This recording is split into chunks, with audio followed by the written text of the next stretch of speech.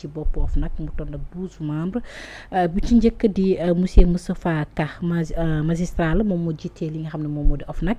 mais di Birahim Seck ñëpp xamee ko ci membre société civile. moom jamono ji la ñuy dénk mooy vice président bi naka nga jàngatee nu nu mel ak tabb yi nga xam ne tabb nañ ko OFNAC bu bees. OFNAC c'est vrai que depuis un moment. xam nga Serigne Bassirou bi mu ko yoree ça a été décrié parce que pouvoir exorbitant yi ñu ko joxoon. Certains même disaient qu'il y avait des visées politiques parce qu'ils pouvaient dessaisir même des juges carrément vers des accords à l'amiable. Les gens n'étaient pas trop d'accord. Pour eux, l'OFNAC avait outrepassé ses prérogatives. Donc pour moi, c'était normal qu'on revienne à l'orthodoxie de la gestion, que chacun puisse rester dans son périmètre d'action. C'est pour cela qu'ils avaient dissous en créant une autre manière peut-être d'appréhender les délinquants financiers et autres. Alors, il y avait des candidatures qui étaient lancées. À un moment, on pensait même que l'ancien procureur Alioune Ndao allait peut-être... S'il vous plaît, Olof. Alors, dañ yaakaaroon sax ne Alioune Ndao peut-être dina ko occuper à un moment. Foogoon il était pressenti. Maintenant, Ka a été, je ne le connais pas très bien. Birahim Seck, on le connaît tous. Nekkoon na forum civil. doon na fa liggéey nit ñi xam ko. Moi, je pense que c'est une bonne chose. Des personnes indépendantes yu mel noonu yor benn genre structure boo xam ne dafa am doole OFNAC quand même parce que objectif bi moo nekkoon ñi nga xam ne ñoo doon def na ko sulul noonu ci àllul réew mi ñi mën ko saytu avec beaucoup d'objectivité. Pour moi, j'ai un a priori positif pour ñoom. Maintenant, ils vont être jugés sur les faits. Est-ce qu'ils vont être réactifs parce que gis nañu Serigne Bassirou bu mu fi nekkee rarement la ñu doon gis dossiers yu ñu enclenché. Peut-être que ñoom avec le temps l'avenir est le meilleur juge. Maintenant, on va leur accorder le crédit de bonne foi en attendant maintenant les actions que les gens vont poser en attendant. OFNAC yaa ngi ko doon wax tout à l'heure mu nekkoon benn kuréel ba nga xam ne ay mbiram dafa yéexoon. te ñu gisoon taxawaay ki nga xam ne moom moo di ki fi ci woon di Serigne Bassirou bokkoon mën nañ ko wax sax ci APR. Absolument. moomee doxalinam ci li nga xam ne moom moo nekkoon OFNAC loolu waral ñu bëri sakk woon ñu xool nag la ñuy def dissoudre OFNAC. mais itam li nga xam ne moo di ay dossiers yi nga xam ne jàpp nañ da ci tegoon concam. ñu jéem xool naka la ñuy yëgtee dossiers yooyu. Binta xam nga réew yu ñu nekk réew yu ndóol lañ. lu ñu am bëriwul. nit su amee loo xam ne bëriwul lu mu war a def da ko war a sakkanal.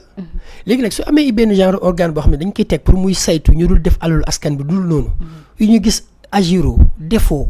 bàyyiwoo day poser un problème ñëpp seen xel day teey. est-ce que loolu dañ koy njort.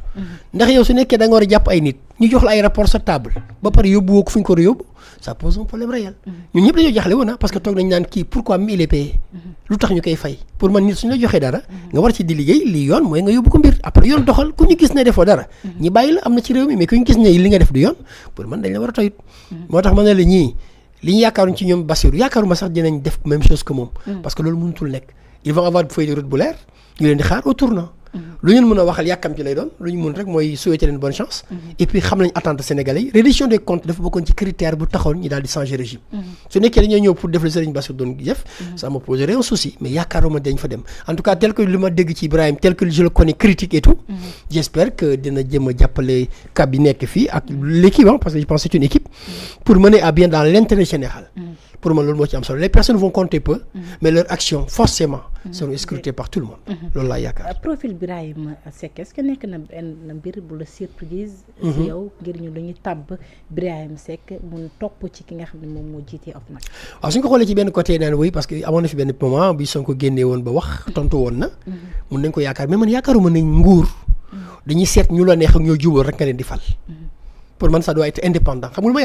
Comme xam-xam ñi fal la. Pour moi, ces postes sont impersonnels. C'est la qualité et la compétence qui doit compter. Si nous regardons que jubóog diw la ñuy fal, finalement dafay fausser esprit bi nga xam ne rupture lañ ko oote exactement Binta. man sax li ma lu ma sañ mooy.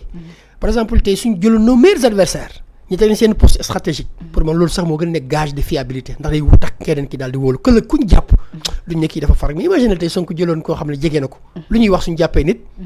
dañu naan da koy topp chasse aux sorcières la ñuy def. mais ku mel ni Birahim ñi xam ko ci indépendance am et très acerbe envers Sonko suñu ko falee yaakaar naa nit ñi war nañ mën a am apaisement. xam ne kii dañ ko postponé yenn postes yi. dañ fa teg des personnes yoo xam ne neutres objectives. qui ne seront là que pour la justice. et pourtant gisoon nañ ko si mel ne Waly Diouf Bodian décliné woon bu baax a baax jëm si wàllum nomination yi parce que jàppoon nañ ne candidature la ñuy def léegi si candidature boobee nañu woytu balaa ñu si dugal ñi nga xam ne amaana si système bi lañu bokkoon mais tey ji ñu gis Birahim Seck nekk forum civil taxawaayam ci li nga xam moo di réew mi mais également taxawaayam ci li nga xam ne moo jëm ci équilibre ba nga xam ne mi ngi ko doon doxale donc tey mën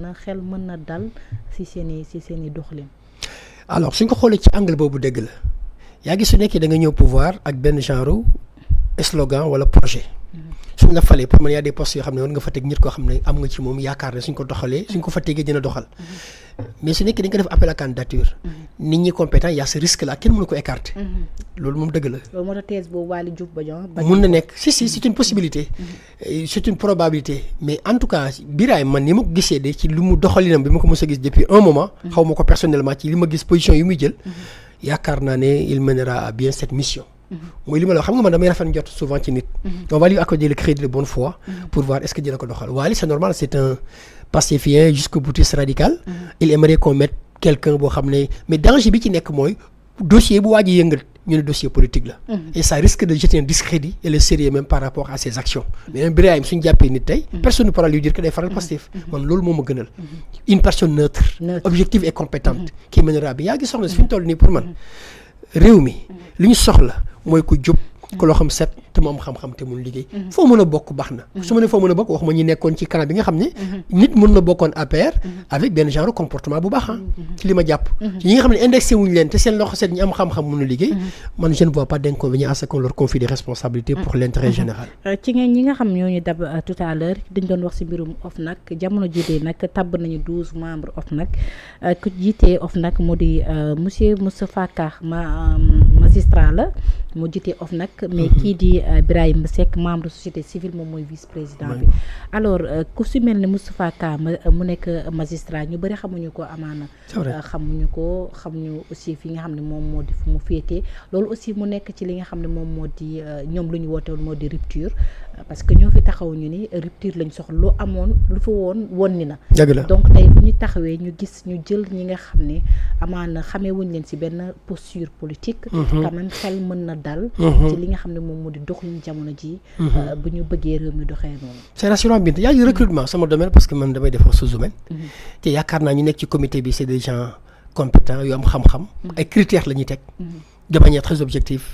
daal di évaluer les candidats ku génn dañoo yaakaar ne c'est sur la base des critères qui ont été établis c'est-à-dire que aujourd'hui su nekkee dañoo bëgg def liggéey Sénégal mais duñ ko jox ku dul ko ànd ak ñun waxuma baaxul de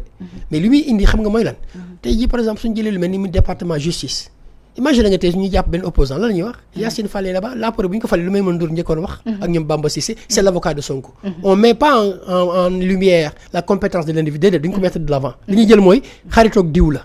et loolu day nekk ombrage day jeter un discrédit man lii moo gën Moustapha Ka xam nga c'est l'homme qui sort de peut-être boo du mën de nulle part mais en tout cas anonymement ci ñu bëri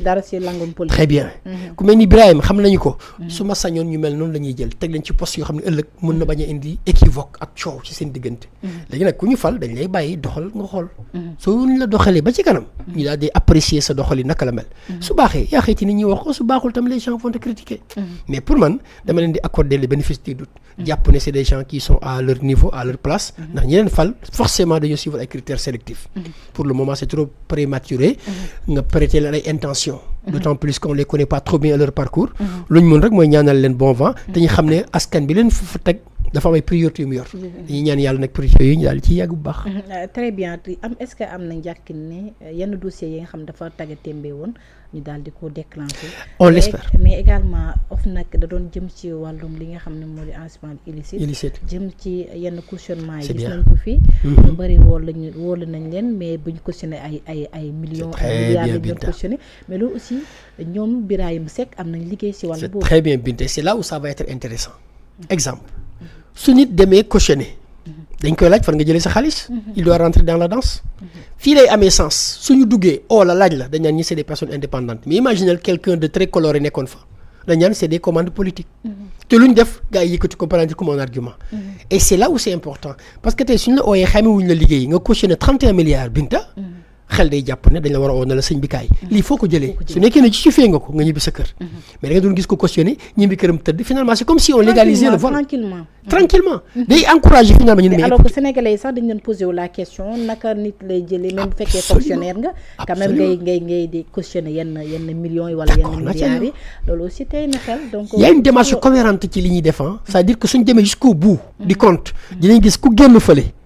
faaw mu ñëw c'est ce qu'on appelle beneen porte bi ñi laaj ko xaalis bi nga jox foo ko jël su ko waxul dankas ka dañ koy arrêté comme CREI lay mel mais avec une version beaucoup plus moderne bi nga xam dañ jox chance nit ki mu daal di wax fan la jëlee alalam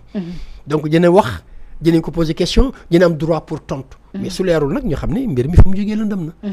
li ma jàpp ni pour man lu rafet xat njortal léegi nag ñu leen di xaar léegi nag problème bi fi muy nekk mooy suñu toogee 6 mois 7 mois 1 an yëngatuwu nit coché na ñibbi këram les mêmes questions vont revenir on va dire est-ce que c'est tout ça pour ça mais jotagul pour ñu wax loolu on va attendre ba ci kanam ñu xool naka la ñuy def te yaakaar naa ne c'est des gens yoo xam ne pour man de seen diggante yàlla lañ fa war a seet parce que moo tax ñu fal leen man loolu laa jàpp ci ñoom ba ko rek may gis le contraire waaw loolu laa jàpp très bien yaa ngi manque loon wax tout à l'heure par rapport li nga xam ne moo jëm ci yenn dossiers yi nga xam dafa teg témbee bokkul ak ñi nga xam ne dañuy cautionné mais amoon na ay dossiers yi nga xam ne jaar na off nag sénégalais yi am na dossiers yu bëri ñoo ngi doon xaar quand même mu am benn mbir ba nga xam ne mu daal di bouger mais jusqu'à présent